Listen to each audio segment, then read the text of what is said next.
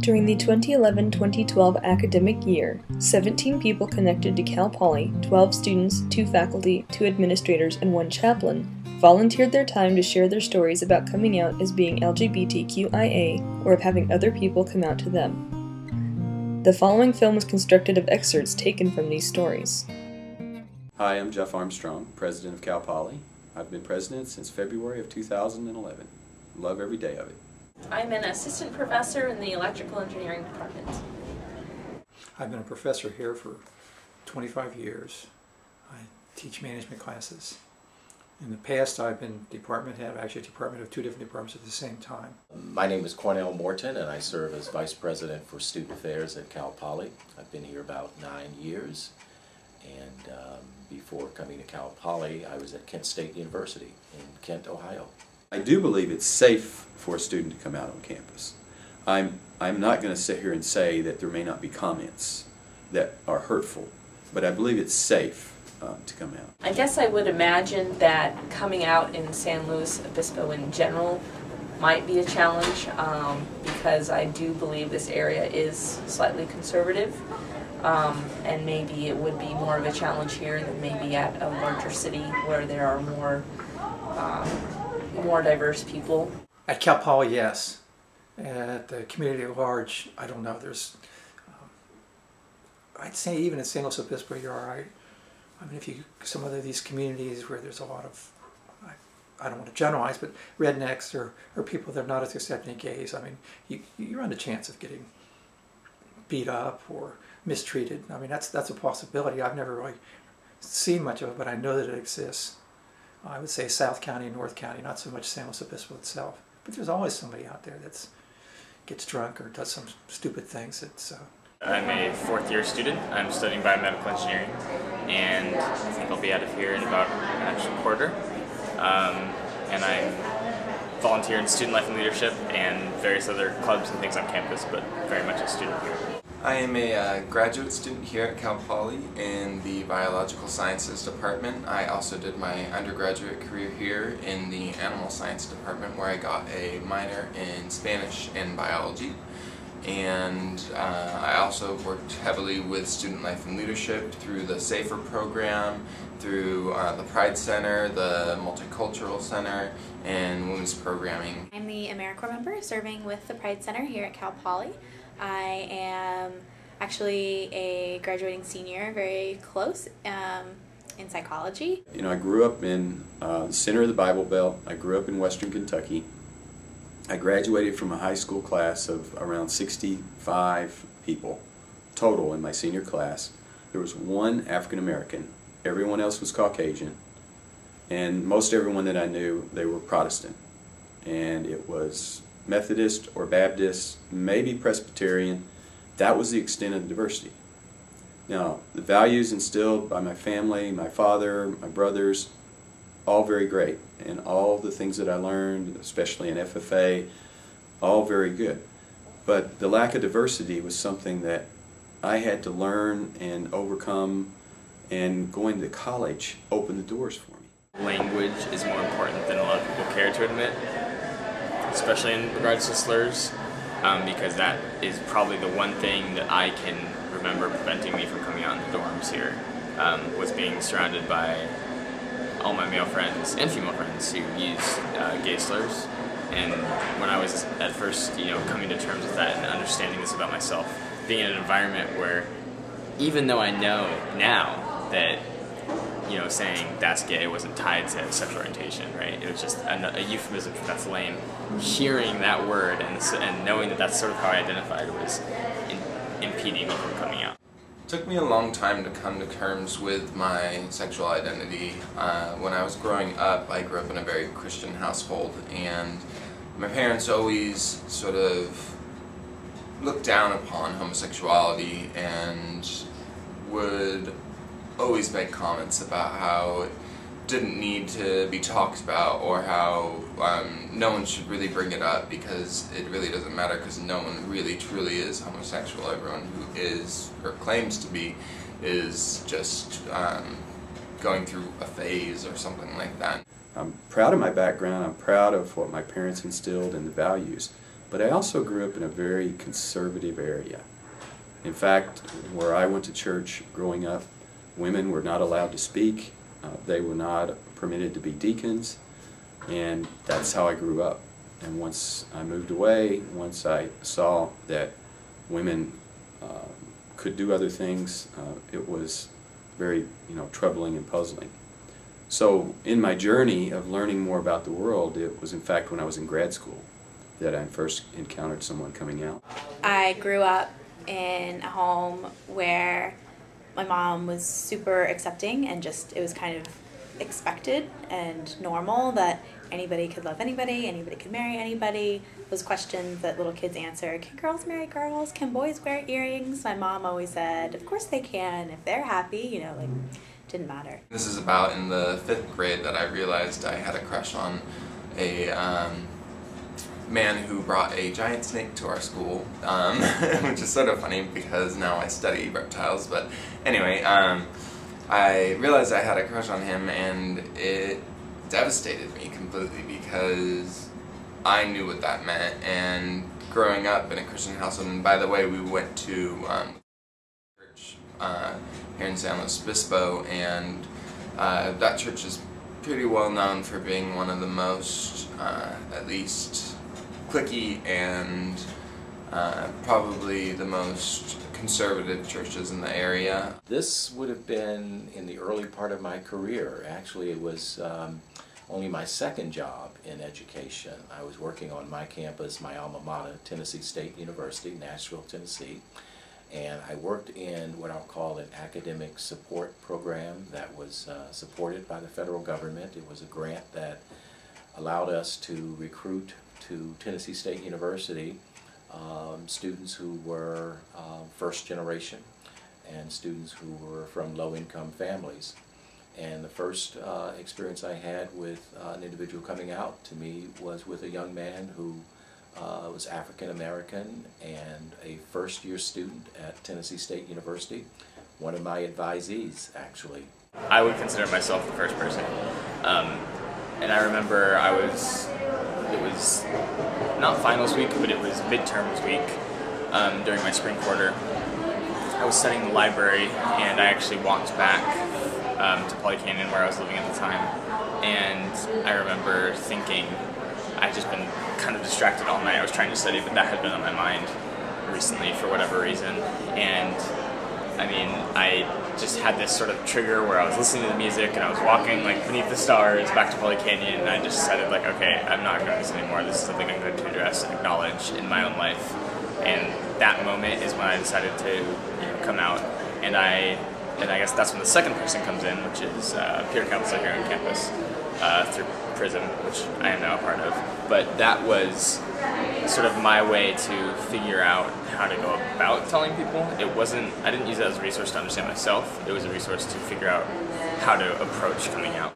And so going there almost every day, they would talk about the evils of homosexuality. So when I realized that I might be one of these homosexuals, it really scared me. And for a long time, I never would be able to admit it to myself, and it took probably the longest time for me to just allow myself to even say it, to even say to myself that I might be gay, or that I might be one of those people that everyone's always talking about. And I feel like what would tend to happen is I would try and I would pray all the time to not be gay, and I wanted it so badly that I would even wish upon stars almost every single night just so that I could try and convince myself that I was doing something to change myself. And finally it came to sort of a head when my parents found some interesting searches on their internet. Going to first to undergraduate, which was close by because I had to work and pay my way through school, that's where I met my wife. She was from New Jersey, so that was a big deal, meeting some all these people from out of state. And I didn't do study abroad when I was in college. I jokingly say, and it's really true, that my first study abroad trip was a high school trip to Chicago, because our FFA chapter won the state safety contest, and my FFA advisor and I had our way paid to the National Safety Congress in Chicago. It was one afternoon, I remember, when we were just talking casually about his experiences in higher education, his experiences on the campus. We talked before, but only in passing, and we had talked a lot, of course, about his academic life, and I saw him on campus a few times. And he was very, very, at first I remember, very cautious. He talked a lot about his personal life, more than he had before.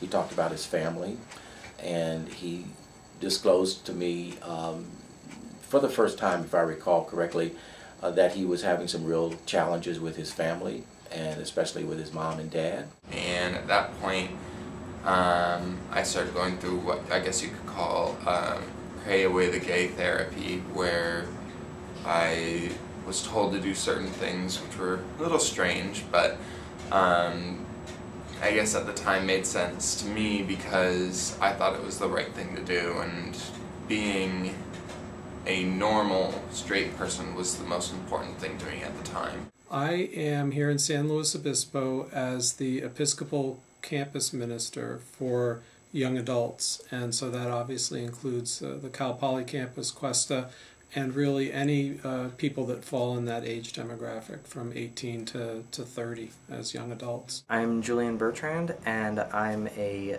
first-year mathematics transfer, and I'm going for an architectural engineering minor. My name is Alice Turs. I'm a student here at Cal Poly. I am a journalism major with minors in photography and media arts and technology, and I'm a third year. I never really felt taken advantage of. I felt like I was fixing myself and I was going to have a better life because of it back then. And of course now I realize that if I had continued on that path, I definitely would have had led to a lot of self-destruction, which it did eventually. There is a misperception, and I think that in part the media has helped to create that misperception that that Christians are homophobic and that we don't support the LGBT community. And in fact, when Prop 8 was being debated in 2008, I remember running into a young man at the farmer's market who had a sign asking the churches to get out of the way. Churches, get out of the way. And I stopped, and he agreed to talk with me. It took me about, let's see,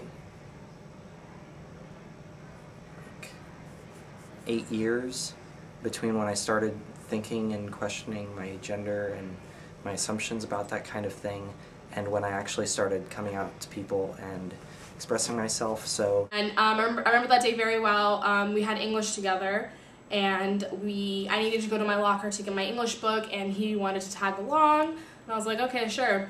And so I'm in my book, I'm giving him my book, and I'm eating pretzels at the same time, and he's like, Alice, I need to tell you something, and I'm like, okay. And he said, I'm gay, and I'm like, that's cool. And that's the most he got out of me. Honestly, it wasn't really that groundbreaking of a moment. I mean, he kind of looked like a little upset because that I didn't like go crazy because he just came out to me, but it resulted in me getting an actual girlfriend, and this is probably one of the things I feel worst about my entire life, that I tricked someone into believing something about myself that wasn't true, and because of that I hurt them greatly, and I still feel bad to this day about how I wasn't able to be truthful with myself, and as a result made a lie, or made a person's life, or at least part of their life, a huge lie, which is not a good thing to do to someone. And what I pointed out to him was that the churches in California actually had signed a declaration saying that they were opposed to Prop 8, and that without the support of the people in the churches, that Prop 8 was not going to be defeated. This confused him, and that's because the media does not present that viewpoint. The media, and even the liberal media, really only focuses on the conservative voices in religion, not the liberal and progressive voices. Regarding my sexuality, I've kind of known since that I was asexual since I was like, I mean, I didn't really have the words for it until I made up the word asexual in high school, or thought I made it up. But people kept telling me, you know, you'll find someone and then you'll like totally be into that. And I kind of believed them, and I kind of didn't really. And it wasn't until like junior year that I said, yeah, probably not going to happen at this point. So I'm not going to worry about it. Our kids, who are adults now, they grew up in and out of daycare because my wife was in and out of the workforce. They grew up in a much, much more diverse culture. They grew up around a university community, and it makes a big difference. And so the way I like to say it is, you know, people don't know what they don't know. People are afraid of homosexuality. People are afraid of gay or lesbian. And a lot of them may not even know anyone, or they don't understand that we're all just people. And then finally, when I allowed myself to think of myself as a queer individual, it allowed me to also start to dream about a life that I could be happy with. The first person I came out to as trans was kind of amusing. It was like the middle of the night, and my only friend at the time, Emily, who I was like 98% certain would be cool with it. I came out to her on Facebook, so I like sent her a message. I'm like, hey, there's something I want to tell you. And she was like, you're not pregnant, are you? And I was just quiet for a minute because I was, what? That's totally something she would say, but it was really weird. And I'm like, no, I'm trans though. And she was like, oh. And then conversation went on in a completely different direction, and then like 5 minutes later she's like, so what did you want to tell me? I'm like, I'm trans. And she was like, oh, that's it? Yes. Okay. So that was kind of amusing. And I didn't come out to anyone else regarding that for a couple of quarters before I started hanging out in the Pride Center, and then it comes up eventually, and I don't really make a big deal out of it. But it's always been really cool. The first person who came out to me was a young woman she was in middle school at the time. She had been involved in my youth ministry in the church for 2 or 3 years, and we had developed a really good relationship over that time. She might have been in 9th grade at the time when she came out to me, but I remember she did it, and she did it very deliberately, and she did it actually at church. And we talked a little bit about what that was about, but I didn't want to be too intrusive, so I just had him share as much as he wanted to. And then he told me, I don't think he used the word gay at the time, but in describing his life and describing his relationships with students, especially other male students, and his comments about his friendship groups, his comments about his feeling, I'll call it his sense of comfort, I'll use that word. He eventually got around to saying enough to me to have me understand that he was telling me that he was gay. And she then let me know that she had also let our deacon, who was a woman, know as well, and we were the first 2 people she had told. So I felt very honored that she felt safe enough to tell me, and that was at a time, that was in the mid-90s, when it wasn't like it is today. So I think it was a much bigger deal, and she was considerably younger, I think, than people who might come out maybe later in high school, or even for the first time maybe in college. A good 10 or 11 years or so is how long it actually took me from when I first began to understand what it meant to even be a sexual human being and have, you know, romantic and feelings towards people and experience these emotions, till when I actually decided to come out, to be honest with myself. But growing up, I definitely was aware of it, but didn't choose to acknowledge it publicly or, you know, on a more serious level with myself until my second year here. We talked about that for a little bit, but at the time, there were quite frankly, no resources on the campus that I could direct him to. There was no advisor, no program, no explicit, if you will, resource. So I couldn't really suggest that he talk with perhaps anyone except maybe a counselor in our counseling center or something of the sort. I don't even think I did that. I think more than anything else I just listened. And the more he talked, I could tell the more comfortable he came to be in talking with me, and the more comfortable I came to be in talking with him. One specific instance that I actually told someone I'm asexual. My little brother was saying, "Dude, you're gay."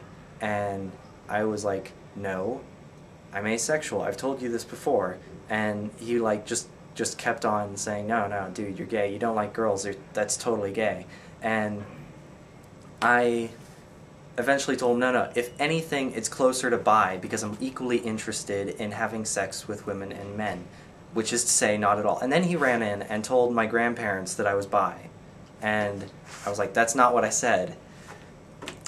But usually it's a total non-issue. People are like, oh, I've never heard of that, or whatever. But it's not a huge issue. I'm a third-year poli-sci major, and I'm also doing a double minor in business and econ. I am a fifth-year biochemistry major. So I'm a second-year English major, theater minor, and my connection with Cal Poly is that I am involved with the Pride Center. I am PRISM peer counselor. I used to work for the front desk of Student Life and Leadership, and this is my second year that I'm going to be a WOW leader. I'm a first-year biology student at Cal Poly. What happened was I came out on Facebook at the beginning of my sophomore year in college, and my brothers saw it, and then they would always be like, oh, someone must have hacked your Facebook, and now you should change it. And then I finally told them, I was like, oh no, I put it on there. And so they were okay with it. And then they told my other brother with my permission, and I still haven't come out to my parents or my extended family or my sister. But I'm going to do that probably really soon. The first person that came out to me was a really close friend my second year here at Cal Poly. We were just hanging out one afternoon, and she kind of just dropped it in the middle of conversation. It caught me a little off guard because it was sort of out of context, and she was really nervous. I could tell after she said it, she was afraid it was going to change my perceptions of her. It was profound. I felt that was a sacred trust that I had to hold for her, and that's how I treated it. It didn't change our relationship, too much. Maybe she talked about things more openly with me after she knew that I was okay with that. But I think she had heard enough conversations to know that I was going to be at that point, because those issues do come up in our ministry in the Episcopal Church. We were, at that point, we have gay and lesbian priests. There wasn't a gay bishop at that point. That didn't happen until 2003 for the first time. With my sexual identity, I never really even thought of it until maybe 7th grade, when I got to junior high and we were changing together in the locker room, and I just felt like more drawn to the girls. But again, I didn't think much of it. I didn't know what gay or lesbian or anything LGBT related even was. And I didn't think that I was different or anything. I think he was testing the waters with me a little bit at first, and then I think he got the right response, or the more comfortable response, the response that led him to share a little bit more with me about his experiences. And our relationship didn't change. We're still really close friends, and I'm really glad that she decided to tell me, but it really didn't have any effect on our relationship. So my uncles are gay. They've been in a partner relationship probably since I was 5 years old, and I'm 21 now, so it's a long time. Ever since I can remember, they've been together. They've always been comfortable being affectionate with each other in front of the family. And before that, you know, years 1 through 5 of my life, my uncle did have boyfriends. So he was always introduced as my uncle's boyfriend. And it wasn't until I was probably 13 or 14 that my mom sat me down and had a sexuality talk with me. Just wanted to know if you understood that your uncle has a different kind of relationship. And I was like, yeah, he's gay. And it was shocking to my mom that I wasn't weirded out by it, but I'd grown up with it since I was born, so there was nothing to explain. It made me more confident in my friendships that someone felt that I was important enough to just come out right and say this when they were first beginning the process with themselves and their family. And it made me feel a lot really good that I portrayed that I didn't come across as someone who would have a problem with it.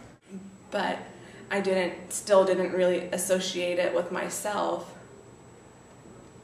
until I had my first actual crush on a girl.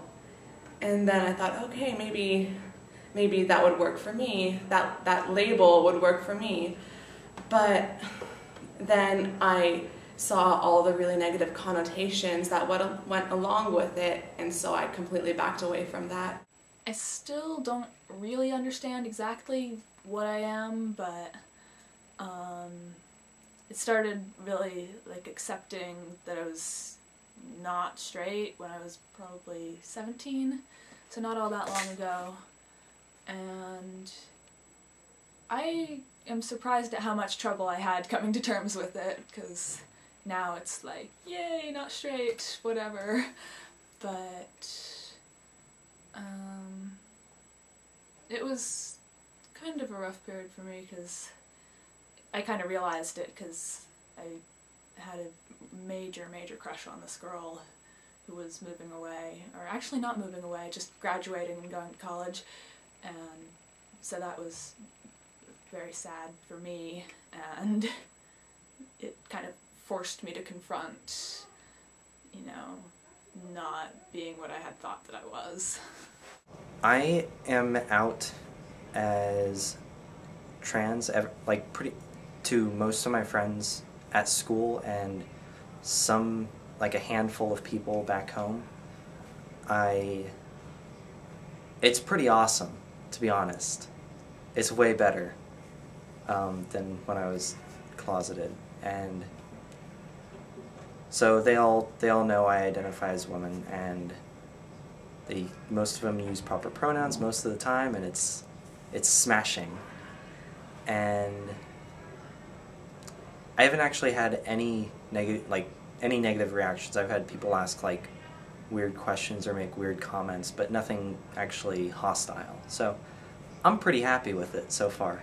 Even though I'm out on Facebook, my friends don't know yet. At least not to my knowledge. They haven't said anything about it.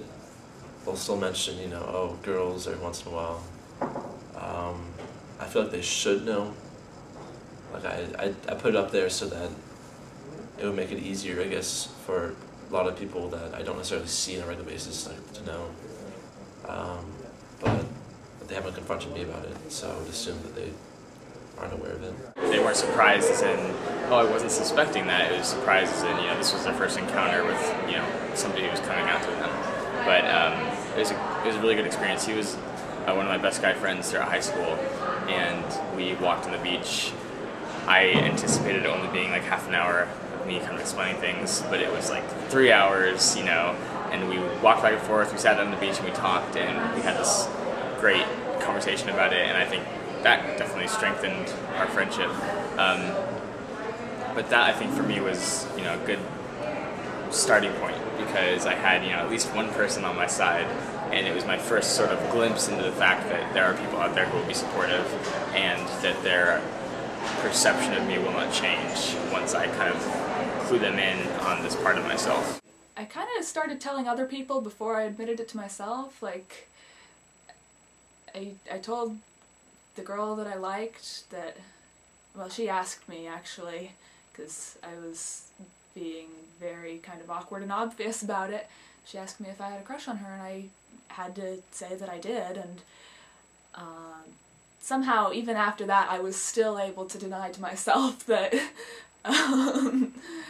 that was who I was. But I mean, as soon as I started accepting it, I didn't hide from people, didn't keep secrets. Once I knew I wouldn't withhold that from people generally.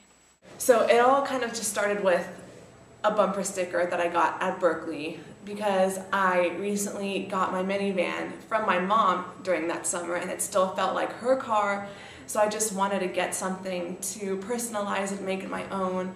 So my dad, brother, and I took a day trip to Berkeley. I love Berkeley, and it was a Saturday, and so they had all their art booths out. People were selling like jewelry and different arts and crafts, and I don't really need any more jewelry, so I was kind of staying away from those booths. But then I saw this one booth full of bumper stickers. I'm like, oh, maybe I can find something that I can put on my put on my car. My uncle went out to a bar called The Woods. It was a gay bar, and he was 17 years old.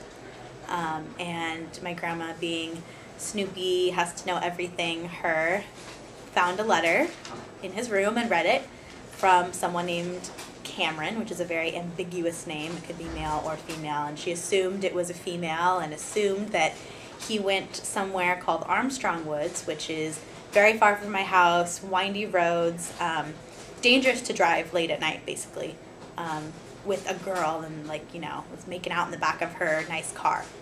So she confronted my uncle and said, I can't believe you drove all the way to the woods with Cameron, and it was late at night, and just going off, yelling at him, he's grounded forever, like all these things. And he had to calmly explain that, no, I didn't go to Armstrong Woods. You're right, that is dangerous. I wouldn't take your car there. I went to the Woods. It's a bar. She's like, the gay bar downtown? And he said, yeah. And instead of saying, oh my gosh, you're gay, she said, how did you get a fake ID? What do you mean you went to a bar? You're only 17 years old. It's a school night. And went on with all these terrible things that he shouldn't have been doing, and not one of the things that he was getting yelled at and in trouble for was for being gay. I'm mostly out to my family. They were definitely totally okay with me being gay, even though that's not exactly what I am. And they also were fine with just letting me have time to figure it out. And I almost left the table not getting anything, but then at the last moment I saw one that said, celebrate diversity, in colorful letters, and it's not even rainbow letters. It had no rainbows or anything on it, but I'm like, oh, that's cool. And my dad and brother both thought it was an awesome sticker too, and it matched my personality and that it would look good on the car. So I got it, and when I got home, I showed my mom the bumper sticker, all excited, like, oh, I can finally put something on my car to make it seem like my own and not yours. And when she saw the sticker, it said celebrate diversity, she kind of gave this really cruel laugh and said, why did you get that, Ariana? That's for the gays. It was a really happy story to hear from my grandma, who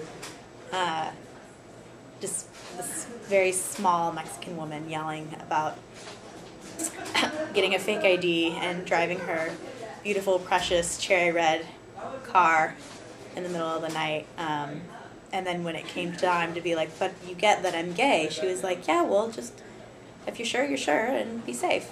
And that was it. But he was still grounded forever for stealing her car and going to a bar under 21. Gender stuff, they tolerate it. They, it doesn't really change anything.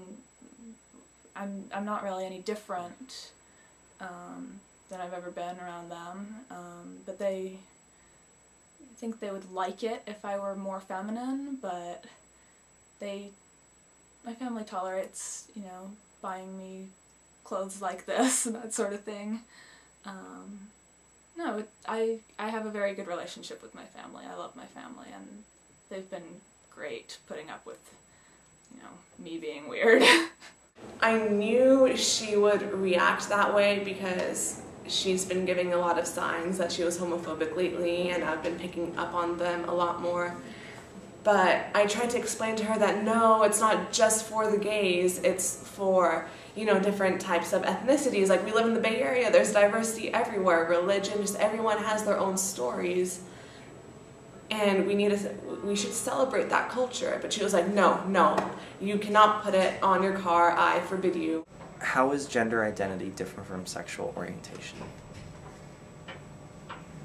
That question bothers me a bit, because they really have nothing to do with one another, and so the question seems to imply that there's some thought that they might have something to do with one another, and it just strikes me as very odd and very, very weird. I don't get it. Gender and orientation, they usually go together, but they're not the same thing by any means. Gender is, you know, whether you are a man or a woman or whatever, and orientation is whether you like men or women or whatever. It sounds a little silly, but the whole idea of, you know, like biphobia, and it only sounds silly because not very many people have heard of it, but it's like a very real thing. And, you know, so I have my, you know, straight group of friends who are homophobic in a lot of ways, and even, you know, women who I would potentially be dating who are then not interested because, you know, oh, I'm bi, and that grosses them out or whatever. And then, you know, then you go to the gay community and you have the reverse of that with the same reaction, which is, oh, you know, he's straight. So it's like, no matter which group I'm in, I get this label that is something other than how I actually define myself. A lot of people seem to think that if someone's asexual, then they're definitely not interested in any kind of romantic entanglement, which for most ace people that I've ever known or heard about, mostly online because there's not a huge number of us, that's just not the case. Most ace people are totally interested in forming romantic attachments and being involved and dating and all that stuff. They're just not so interested in having sex. I think that's an important myth to clear up. Singular they, people like singular they. Singular they still bugs me. It shouldn't, but you know, there is no reason not to use singular they, but it just sounds wrong to me. I still wince every time I hear singular they. I put it on my car anyway. I remember it was at night, and I think she already went to bed, and I like snuck out to the garage and I just put it on my car real quick. She didn't notice until a couple of days, actually, when it was the day of my senior portrait picture, and her and I spent almost 2 hours getting my hair done all perfectly, doing my makeup, deciding what necklace and earrings I would wear. So anyway, all of this was like done beautifully, and we got into her car to drive to the photo studio, and as we were pulling out of the driveway, that's when she saw that I put the sticker on my car. And then she just completely went off. She was like, Ariana, I told you, you can't put it on there. Why did you do it? She cursed in Farsi at me, and she asked like, she asked what would the neighbors think, which is really funny because we have a gay couple living right across the street from us. And she asked like she's like, are you gay, Ariana? You can tell me if you want. Like, are you? My preferred pronouns are she, her, hers, you know, what you might call the female pronouns. And that's important. That's like one of the ways that I can tell that a person is being supportive and like cares about me as a person and is acknowledging my gender identity. And also, it makes me happy when people use the right pronouns, so if you do it, I'll, like, love you forever. Or, you know, unless you do something terrible, of course. I just like when people use you know, people pronouns on me, not try to compromise or try to be politically correct about it. I mean, if you think I'm a guy, you can use he, him, his. If you think I'm a girl, you can use she, whatever. It's either of those is fine with me. It's the when you kind of, when your grammar makes it obvious that you're like, what is that person anyway? That's what I don't like. One of the coolest times coming out as trans, I told my friend Catherine about my name, and like she just like whipped out her phone and just changed my name in it. I was like, that was pretty cool. I think I've understood my sexual identity since I knew that there was such a thing. I mean, when my mom had talks with me when I was little, she had the birds and the birds and the bees and the bees and the birds and the bees, just in case, 'cause you never know. And in strange ways, she made it okay for me to be trans. Like, you know, if you don't want to wear dresses, you know, she would be disappointed because she really thinks I look cute in dresses, but it was okay. And it wasn't until I was in high school and met other people that had never had any type of conversation about that with their family that I noticed it was kind of weird. And it wasn't until college that I realized that my mom was really weird in a cool, awesome way for having those conversations with me. I identify as an asexual trans woman, and I think that being ace and trans, they're not really as well known as other parts of the LGBT, etc. community. So people tend to hold a lot more misconceptions about them, about both of them. And so you sometimes have to fight a little more to be recognized and acknowledged as being like legitimate. But she kept crying, like, are you? And I was just like, just contemplating to myself, do I tell her? And then finally I just said, yes. And she got really quiet, and then she said, she was like, no, Ariana, just like take the sticker off. And I'm like, no, Mom, like what? You asked me. I said yes. And then she started crying, and it felt really dangerous because we were in the car. She was driving and crying, and she was all emotionally distressed now. But we eventually made it safely to the photo studio. I don't really have a steady label as to what I am.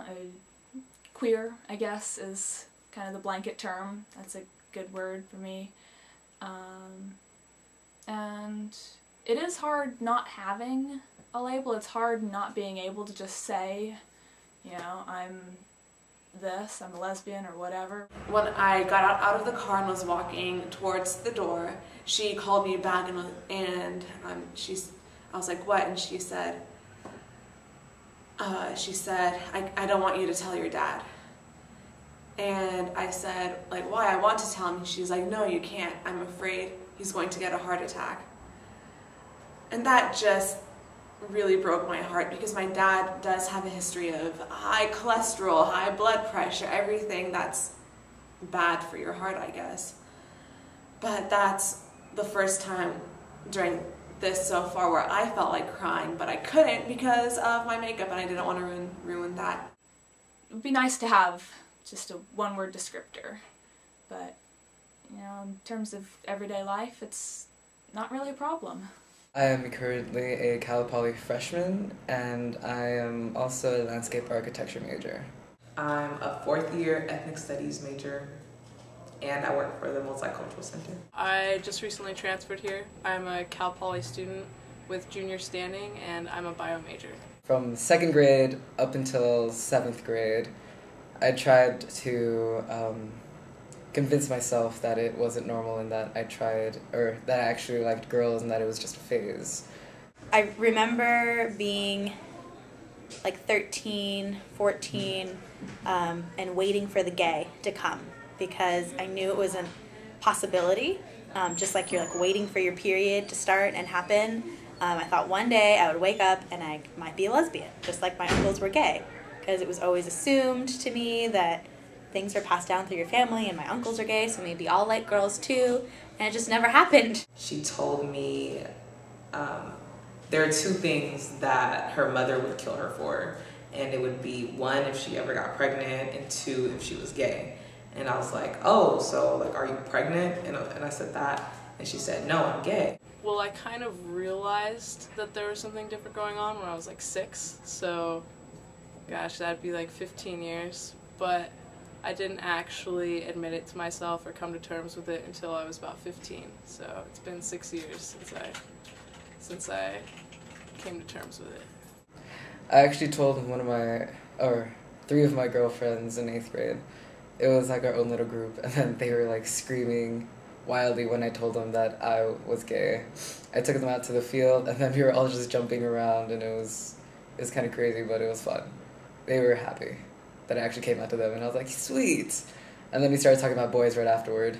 And we both, went inside. I got my senior portrait taken, and those are one of my favorite pictures of myself. But now that I look back on them, I can just see in my eyes how hurt I was feeling, even though I was smiling, and it just reminds me of what was going on that day. Dysphoria it's the opposite of euphoria, and in context of trans stuff, gender dysphoria is an intensely negative feeling that a lot of trans people feel regarding our assigned genders. Basically, it's caused by this disconnect between how we see ourselves and how we're seen by the rest of the world. And it sucks. And I was like, oh, like, it's not a big deal, you'll be fine. You can come stay with me in the U.S. She's from Belize. That's where my family's from, so.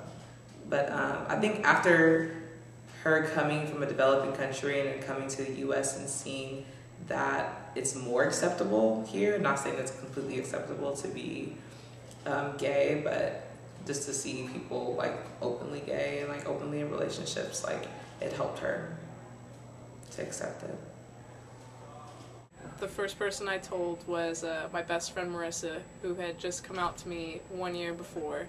And she kind of gave me a hard time about it, only because I had let her go that whole year, kind of facing stuff. I was there for her. Of course I was welcoming and open to her, but I hadn't told her about, personally, my own sexuality. That was on a Saturday, and there was just one more week of summer left before school started. And that last week of summer was maybe the worst week of my life. My mom was crying all the time. She'd go to work, and then she'd text me from work saying, like, I can't stop thinking about what you told me, and all my coworkers can tell that something's wrong, and I can't tell them. And I just wouldn't respond. She'd come back with things she's printed from work, like things she's found online about, how do you know you're a lesbian? Like, do you fantasize about women? She'd ask me these things that she found from a website, and I'm just like, no, Mom, get out of my room. And of course my dad noticed something was wrong too. And when I overheard him ask my mom what was wrong, and she told him that we got into an argument, her and I got into an argument. And so when he asked me what was wrong with Mom, I just told him the same thing. There's a word that's sometimes used on the internet, trangst, which is kind of like for minor dysphoric moments. It's a mixture of trans and angst, obviously. So a friend of mine came up with an analogous word, tranquility, which is something that some people get to experience post or during transition, and I know I have, and where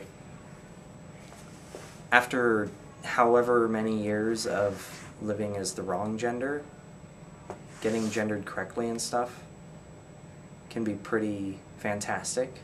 In 8th grade, I also had a best friend, and him and I were pretty much like, had like a small distance between us already, but I still wanted to get his reaction. So when I came out to him, it was actually kind of hard. It was like, because he was pretty super masculine in comparison to me. He hung out with like all the guys, and while I hung out with all the girls. And then when I came out to him, he kind of freaked out a bit, and it was kind of awkward after that. And then after that day, we kind of hardly talked. So I guess that would probably be the hardest time to come out for me. Yeah. Actually, when she first came out to me, I was dating a guy. This was my freshman year of high school. This was like my first boyfriend. And he and I went to church a lot together. And so when he found out, she came out to both of us because we were all really close friends. When he found out, he was like, we can't be friends with Marissa anymore. And I was pretty shocked at the way he responded to it, because I was like, are you kidding me? That's ridiculous. Like, why wouldn't we be friends with her because of that? And honestly, I was kind of nervous because I had had these inclinations since I was 6 years old, you know, that maybe I felt a little differently about girls than I should. And so I was trying to convince him, and this was my boyfriend, I was trying to convince him that it was okay and that like we should be friends with her, and it shouldn't be the defining factor in a friendship or any kind of relationship, or for anything in that matter. And it was kind of like Sunday evening, I finished dinner, I was just in my room putting together a cute outfit for the first day of school, as I always did. And as I was putting my outfit together, my mom walked in my room and kind of like closed the door halfway, and she said, Ariana, I want you to try dating guys. And I just laughed and said, you know, I'm not going to date a girl if you don't want me to, but I'm not dating a guy. And again, she was like just more disappointed and holding back tears. And as she left my room and opened the door to leave, we both saw my dad standing right there in the hallway with this confused expression on his face. And he's like, wait, like, what did you say? And I'm just like, you know, oh goodness. And my mom like just quickly turned him around and turned back to me and said, meet us in our room in like 5 minutes.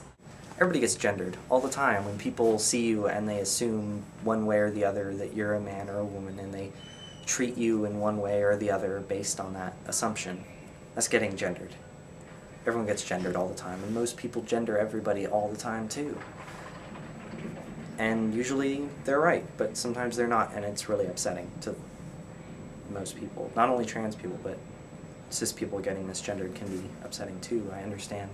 She told me that I was the first person that she told, and that she felt comfortable telling me because I had come out recently also. And at that point, like, I realized that by just being out, you're kind of like a role model to other people, and that I was able to help her, you know, come out and accept herself because she had seen someone that she knew do it. Cis is basically the opposite of trans. It just means that your gender identity and your assigned gender and your gender expression all line up in a neat little bundle. The boyfriend, he came, I don't know if came to terms with it is the right word or right phrase, but he came around and he accepted it, and they're actually still friends now. But I think he still has his own opinions and views on it. He sort of has that position where he just tolerates it, you know. I made my way to their room, and they were in a really weird setup in there. The lights were super dimmed. They were both sitting on the floor, which they don't do. I don't know. But so I just kind of sat down on the floor with them, and my dad asked, Ariana, what is this that I hear? And then I said, Dad, I think I'm gay. And I think that's the first time I even said that entire sentence out loud ever. to another person. I said it to myself before. But my dad when I said that, my mom started crying some more, and then my dad got just like really stern and said, well, you can't tell anybody this. And then I just blurted out, well, I told all my friends earlier this summer. And that he just had such pain in his face. And he said, well, you know, this is a mistake, and you need to go and tell all your friends that you were just trying something new, and we're not going to talk about this anymore. And I could have kept pushing, like, no, Dad, this is not going to change. This is who I am. You can't change me. But I just wanted all this to be over, because I don't like seeing my parents so sad and upset, especially when I'm the cause of it. So I just agreed with everything. I said that tomorrow, first day of school, first thing I do, I'm going to go tell all my friends that I made a mistake. And that calmed down my mom a little bit, and my dad was just okay. He just said, like, I've known him for about 2 years, and I suspected that he wasn't straight, but it wasn't even a thought in my mind. Like, I didn't really like sit down and think about it. Like, I wonder if he has a boyfriend, I wonder if he has a girlfriend. But we were just talking, like, you know, watching TV one day, and he was like, Devon, do you know that I'm gay? And I was like, oh, well, I guess I know now. So it was like a casual conversation. But I don't know, his story really touched me, because he's never, like, I guess, I don't know, like stereotypically, like, proclaimed to everyone, like, I'm gay. He never, like, came out to all of his family members at one time, or came out to all of his friends at one time. He says people will see him, and they'll have their own thoughts about him when they see him, and it's like he didn't want to do it for other people. He said, you know, I'm happy this way, and I mean, people will think what they want to think. So that was freshman year of high school. We dated for like a year and a half, which is a pretty long time for a little kid, but since then I've had several relationships with girls, and I'm currently dating my girlfriend Kirsty. When I finally told my counselor, the only thing she said to me was that she said, Daniel, I am so proud of you. And I just started crying so much, because it was just to have anyone who I looked up to, who had sort of affected my life in a way that a peer couldn't. So someone who was older, who I felt had experience and really had more of a say in the world, to have them tell me that they were proud of me for something I'd been so scared of, was such a huge release and relief that about 18 years of pent-up energy on worrying about just being killed, or not being able to function, or having the world reject me completely, it just all left in an instant with that sentence that she said. I was excited that I could finally like talk to people about that stuff and not feel awkward and such and such. It was pretty cool. Felt free. My identity as an ally is a huge part of who I am, so I do identify as part of the queer community. I don't come into the acronym until the A, but to me that's still a really important part of who I am. So after maybe a minute of silence and my mom calming down with her crying, I just got up and sped walked to my room, slammed the door, and just finished putting the rest of my outfit together. And I don't know, I just calmed down a little bit. And then when I left my room again to go to the bathroom to like brush my teeth and wash my face, everything, to get ready for bed, when I opened the door, I saw my dad was just standing in the hallway now by himself, and he was in his sailboat pajamas, which I think he looks so cute with.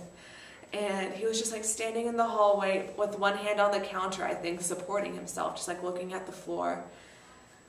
And I go over to him, don't say anything, but we just hug. Well, I hug him, and he just kind of leans into me. It doesn't really hug me back, but he's just leaning into me and I'm hugging him. And he just kind of buries his head in my shoulder, and then he just starts crying on my shoulder. And I'm holding myself up really strong, and his like really strong, broad shoulders are just shaking in my arms. And so I'm holding him and stroking his head and saying, you know, it's okay, don't worry, I'm gonna, you know, fix everything, it's all gonna, you know, I just made a mistake. And he was like, he's just like, yes, please do that, you're my sweet little girl. And it was a very intense moment in my life. For me, growing up, homophobia really wasn't tolerated, so my brother and I really grew up in a inclusive environment that if you felt you were a certain way, that was completely allowed. There was no reason I shouldn't accept you because of who you were. I'm out to my family regarding my asexuality, but not about my gender. Like, I've never, like, pretended to be straight in any way, so my sexuality has been kind of a non-issue, though. My dad and my mom are, I think, still kind of convinced that eventually I'll, like, find someone and be a straight guy, but I'm not so convinced as they are. Regarding my gender, though, I'm expecting a more negative reaction, so I'm not out to them about that at all. Though they might suspect something, I don't know. So with my family, the first sort of inkling that they got of my possible homosexuality was when I had sort of started to explore it on, of course, as many of us do, on the internet. And they found on the internet search history some searches for gay and homosexual. Just I was looking for information. I'd found stuff about local groups like Gala. I think my entire family knows. If I haven't told them, someone else in the family has told them. But it first came out with my mom when I was 15. So when I had just come out to my best friend. I was actually dating a girl, and my mom and I were arguing in the car, and she kind of just said, "I know about you and Crystal," like in like an attack sort of thing, and I just wanted to crawl up into like the tiniest ball possible and sort of disappear because it was so unexpected, and she said it like it was a bad thing, so automatically I knew it wasn't what she wanted. I'm pretty much out to my whole immediate family, but as for my relatives, I didn't necessarily come out to them straight up yet. But I think they know, because on Facebook it says I'm interested in men, so they probably got that part. I'll start off with the extended family just because that's quick. I don't plan on coming out to them. They're very fundamentally religious in a way that prevents them from, I think, understanding this part of myself and even understanding this issue, because they have so many filters and lenses in place in their lives to see through before they can even begin to understand where I'm coming from. It would definitely cause a lot of tension in the family, and that's not something I want to bring upon my parents. So it's not something I plan on approaching, but it's also not something I plan on hiding. So if they find out, they find out, but I'm not going to make a personal effort to tell them. I didn't tell my friends anything of what happened when I went to school. I just didn't tell them anything because my friends love my parents. I don't know what it is. My parents are really nice. Okay, my parents are not as much of a hard ass as I make them seem in the story. They're just not cool with LGBT issues, but otherwise they're great. They love my friends. They come over to my house for sleepovers all the time, and my parents cook for them. Just my parents are super nice, and my friends love them. And if I told them what happened, I think it would completely shatter their view of what they think my parents are like, and I don't want to do that for my friends or my parents.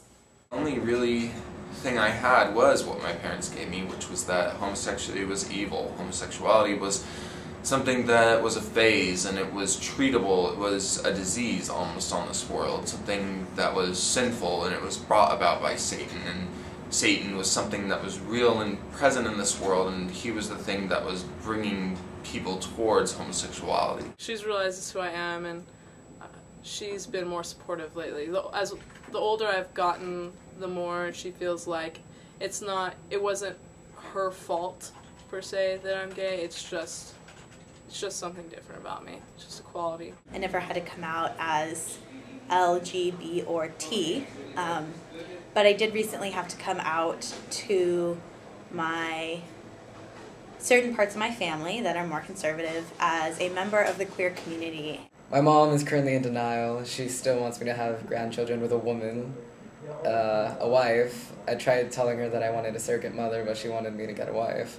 And then my dad's actually pretty cool with it, and my brother is also very supportive of me too. So all in all, it turned out to be pretty good. That is the view I sort of left behind, but my parents didn't when I finally was able to come out to them. And that's why I feel when I did finally come out to them after years of working through it myself, it's no surprise that they were very destructive in what they did. And I just, said it like it was no big deal, and it made people uncomfortable. And it was something that was so not stereotypical about coming out, of having to come out as an ally, that I think it was almost silly that I had to explain, like, well, yes, I'm straight. Yes, I am in love with a man and have a relationship with a man, but being a part of the queer community is really important to me and is part of my identity. So it was almost as if I was coming out as Catholic to a Jewish family or something. Just recently, my uncle, he commented on one of my Facebook statuses, like, randomly, and he was all like, "Nathan, when did you start loving men?" And when I checked it, I was like, what is this? My uncle's asking me on Facebook, on my status, that has nothing to do with men. And it was just like, it was kind of shocking to me, and I was thinking to reply or not. And so I refreshed the page, and then it was gone. I assumed my dad knew, actually, because of the whole blow-up with my mom, but apparently he didn't know, or he just thought it was some stupid argument. He didn't take it very seriously. So when I was 19, I was actually dating, this is when I was 17, I was dating a girl, and we ended up dating for 3 years. So this is a pretty long-term relationship. She had to go to the hospital because she had an asthma attack, and I asked my dad if she could spend the night at our house, and he said yes. And he was really nice, and she stayed over. Like a couple days later, my mom told my dad, "Oh, like, Sean, that was so nice of you for letting Nicole's girlfriend spend the night." And he was like, "What? Her girlfriend? You mean like her friend?" And then she clarified, like, "No, they're dating, that's her girlfriend." And immediately, I guess he felt like lied to or something, and so he felt like he needed to tell my stepmother. And my stepmother is Indian, and she was raised under a much different cultural setting, and that's not acceptable, in her traditions. I started to be happier, and my parents were at first really happy about that, but then my mom started to have reservations about what she thought was going on. And since she was going through such a hard time with her hormones being imbalanced and her mind just not working properly, she decided that she needed to figure out what was going on with me. And as a result, she started to ask me things about my life and about what I felt. And finally it came sort of ahead one night when she had been drinking, she was self-medicating, and she wanted to know why I'd broken up with my ex-girlfriend. And I had gotten to a point where I was getting a little angry at them for allowing their son to hate himself so much. Allowing someone to grow up in a world where eventually my life would have been hell if I hadn't worked through being a homosexual.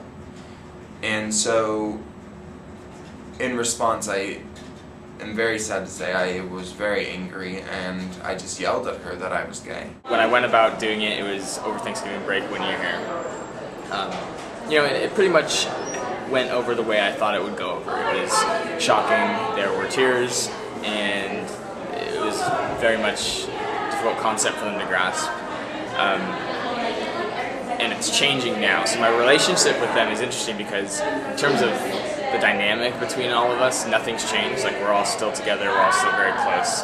But my sexual orientation is still there, floating around. In certain conversations I feel I'm holding back. But it's a learning process, it's something they're going to grow from, that I'm going to grow from, and time is sort of the only thing that is going to alleviate any sense of awkwardness that I feel in the family. And that's fine. I'm willing to wait patiently and have them grow accustomed to it and become more educated on the issue. I didn't get kicked out, but I voluntarily left after she said I can't have a gay person living in my house. And it was, she'd been in my life for a while, for several years, and it hurt because she married my dad, and I kind of I brought her into my family, but she was kicking me out. My mom, being in the state that she was,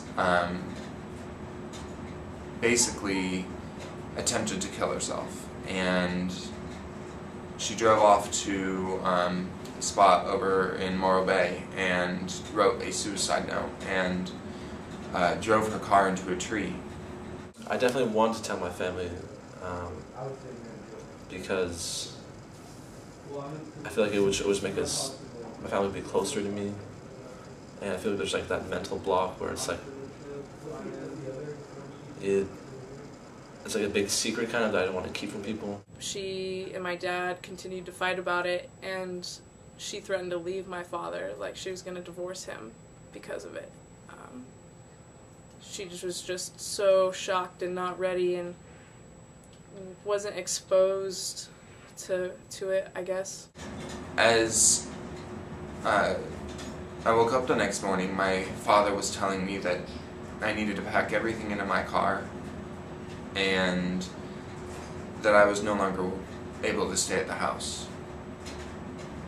And so I took everything with me to my school, and not knowing if my mom was alive or not, I just continued, and it probably was the strangest moment of my entire life as I sort of shed off this horrible dark cloak of hating myself and knowing that my parents would hate me, and all of this, and just saying, it's over with, I'm done, and coming out as a new person was at the same time the most scary and exhilarating thing I've gone through. I kind of wish that they just asked to get it over with instead of me having to tell, because I just find it awkward bringing it up because it's unrelated to whatever they talk about.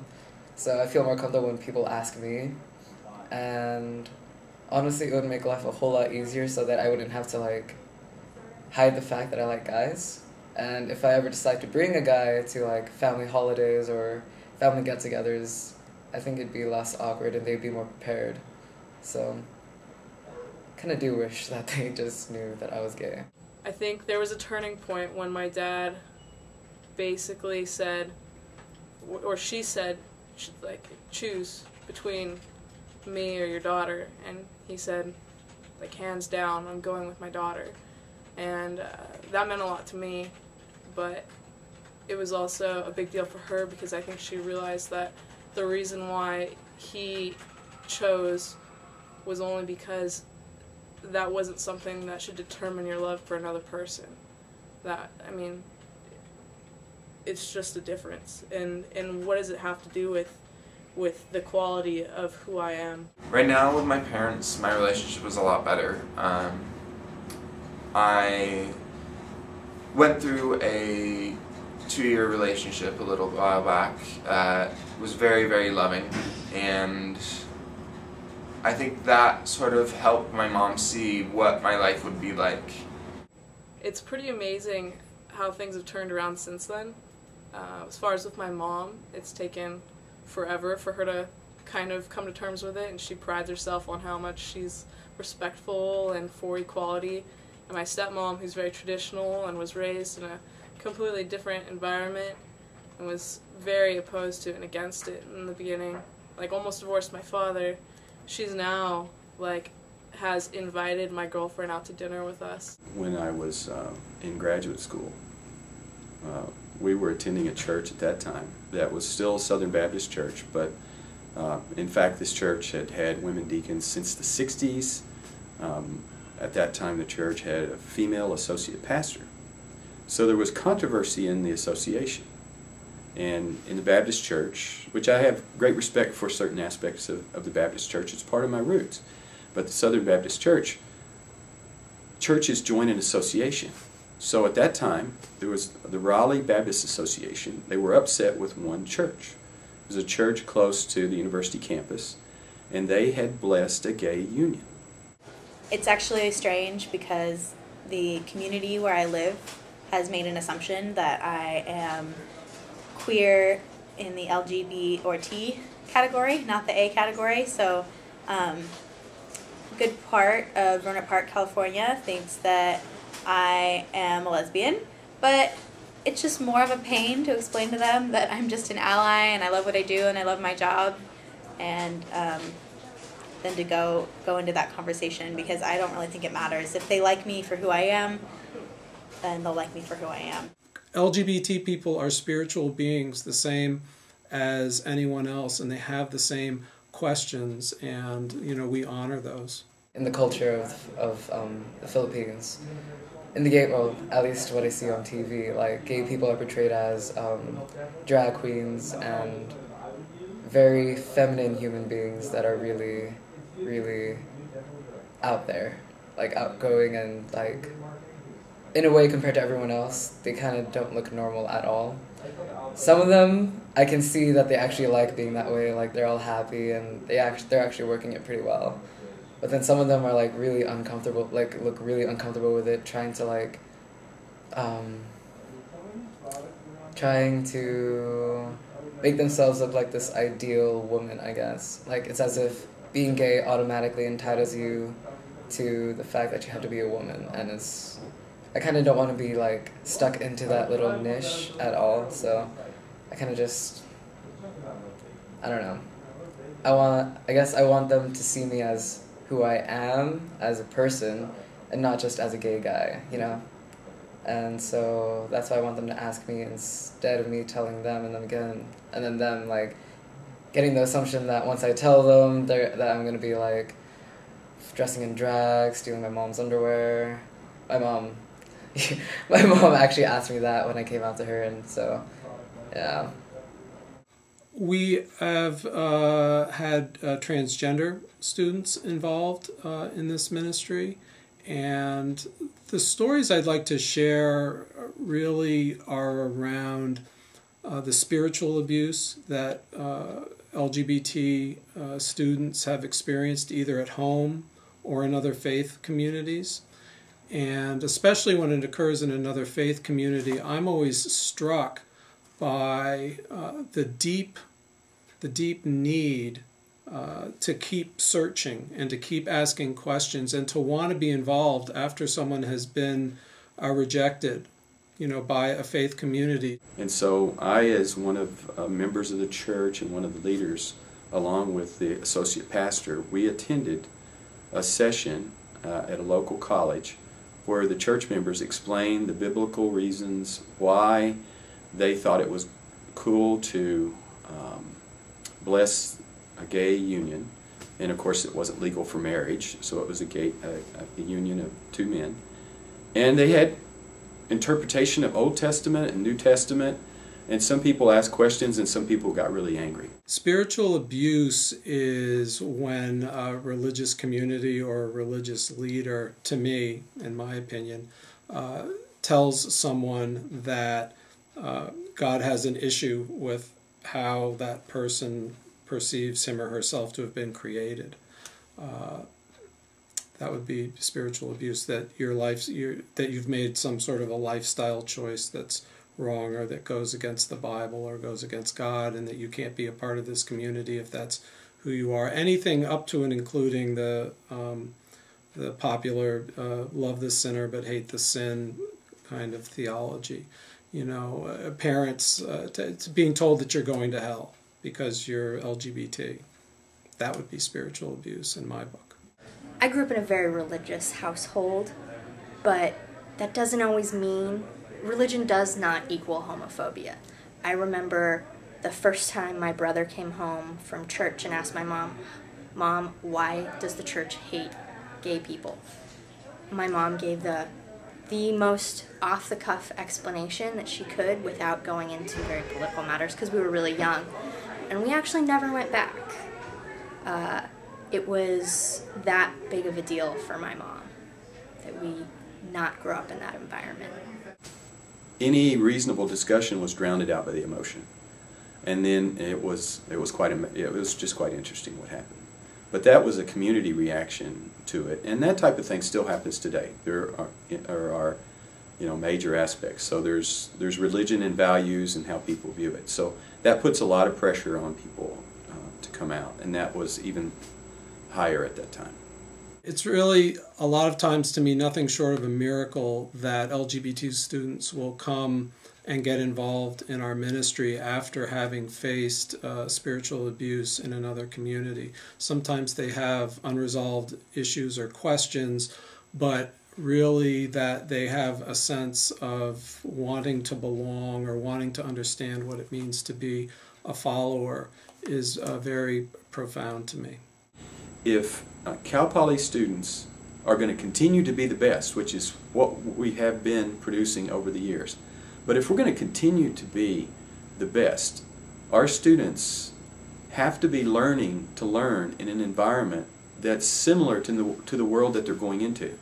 And that's not where we are right now. Pretty much all my friends at Cal Poly have been okay with it.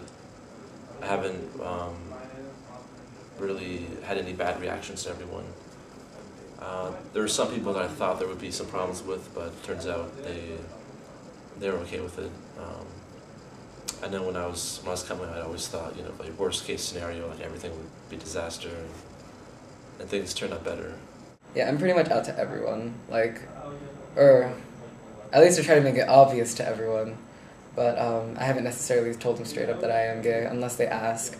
But for everyone that does know, it doesn't really make much of a difference. I mean, we're still pretty cool, except for the guys. There's a little bit of distance. I can understand that a tiny bit, but with the girls, we're still pretty tight.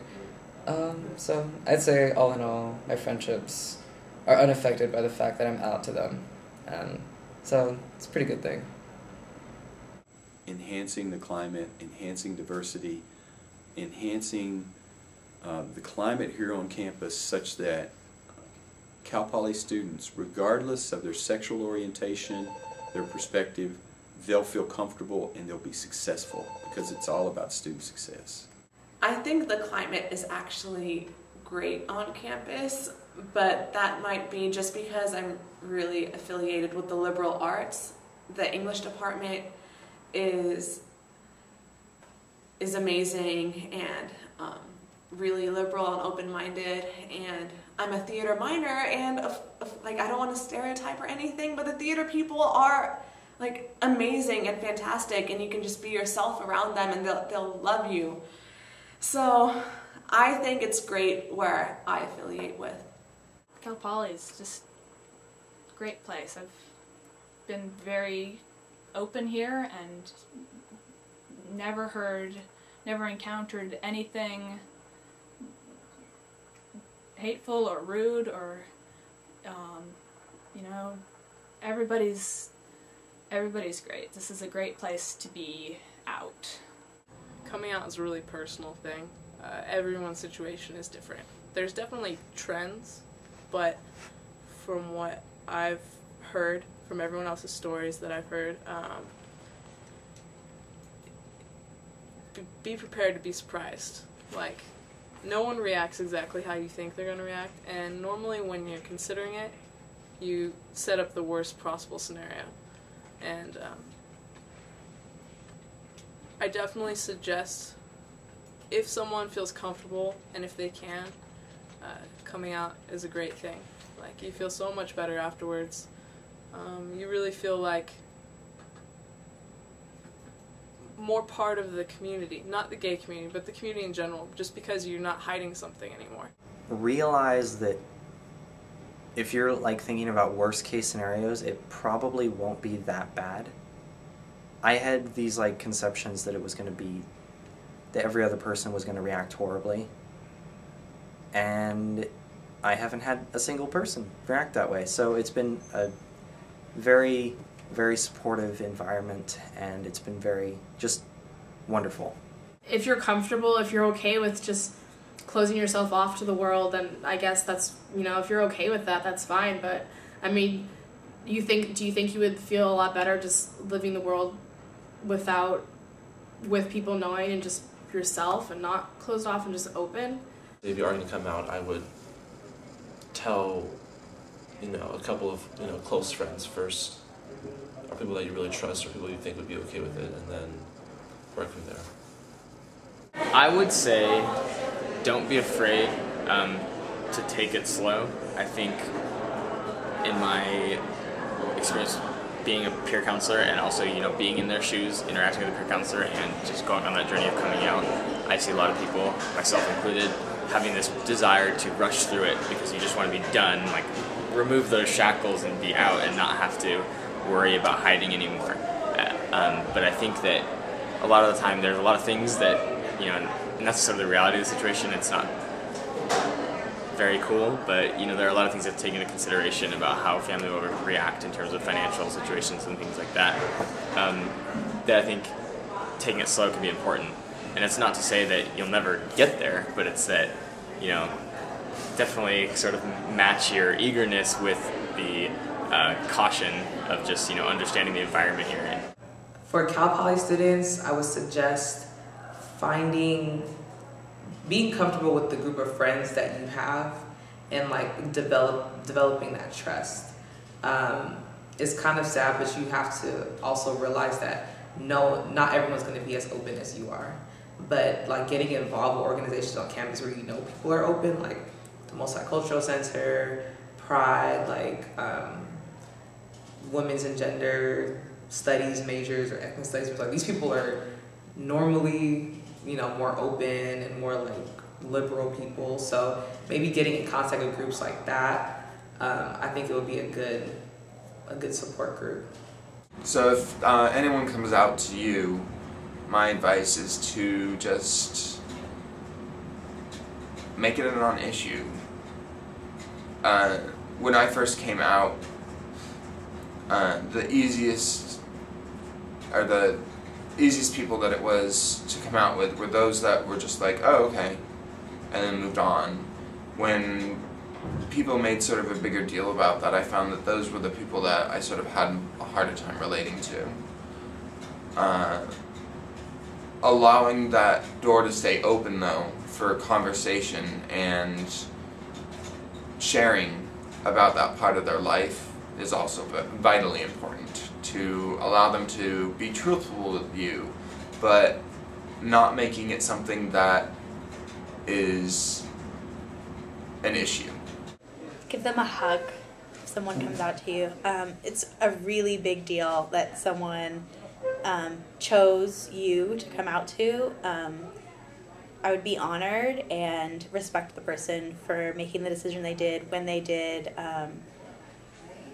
A lot of students, I hear that their feedback is, oh yeah, I already knew, or why'd you wait so long to tell me, which can be taken in many ways, but they made their decision to come out when they did, to who they did for a really specific reason, and respecting that and appreciating that is the best thing to do. It's going to sound a bit harsh, but right now it's not about you necessarily, it's more about the person who came out to you. So I say that you should be supportive of them, and that you should realize that it is very hard to come out to people, and like to be secure in the fact that they still support you. And if you openly support them, or if you tell them, oh, I still care for you the same way, that would actually make their day a whole lot better, instead of them having to be scared that they're going to lose family or friends or whatever. If someone you know comes out to you, it's just, they're no different than they were before. You just know them better. It's the same person you knew. I think the best thing that they can do is listen and be a friend and be their friend. And I think the other thing would be here on campus, you know, you would point someone to go to the Pride Center. If they're really struggling even more than that, go to counseling. And so I think a friend could do that too. And the best thing a friend can do is either provide the help or encourage their friend to get help. Because if something's traumatic, they need to deal with it. And our hope is that it wouldn't be traumatic, that people are accepting and they go, oh, that's cool. But that's not the way everybody reacts. I admire everyone who has the strength to come out, and if you're not there yet, it's okay too. You'll get there. Everyone gets there on their own time. So. Prison Peer Counseling is a great resource here on campus. There are generally 12 student peer mentors that go through training on confidentiality and active listening, and it's 100% confidential. They're there for you at all times through email, on our online chats, in drop-in hours in the library, and on call hours. So we really are there for you 24/7 if you count the internet as having someone physically there for you. So it's a good place to start. A lot of the students that are in PRISM used PRISM as a resource when they were not sure whether they should come out or not. So they've been there. I believe it's safe at the present time for a person to come out on campus. Do I believe the campus climate is where it should be? No. So we've got work to do. But I'm confident that we will be successful. And projects like this help us understand, help us move forward. You can contact PRISM by going on pride.calpoly.edu, and you can click the link to the PRISM's resource page. All of the counselors' information should be listed. PRISM is a resource for more than coming out and serves all Cal Poly students regardless of sexual orientation and gender identity. Canterbury Ministry is the Episcopal Church's outreach or campus ministry in San Luis Obispo. We're based at St. Stephen's Episcopal Church, which is at 1344 Napomo Street in San Luis Obispo. Canterbury Ministry is a diverse Christian group. Activities are open to all young people regardless of sexual orientation and gender identity. Berkeley Johnson can be reached by any of these methods or by Facebook. Cal Poly's Pride Center maintains lists of spiritual and non-spiritual resources both on campus and in the greater community. You can find these lists online at pride.calpoly.edu. There are paper copies in the Pride Center in the University Union.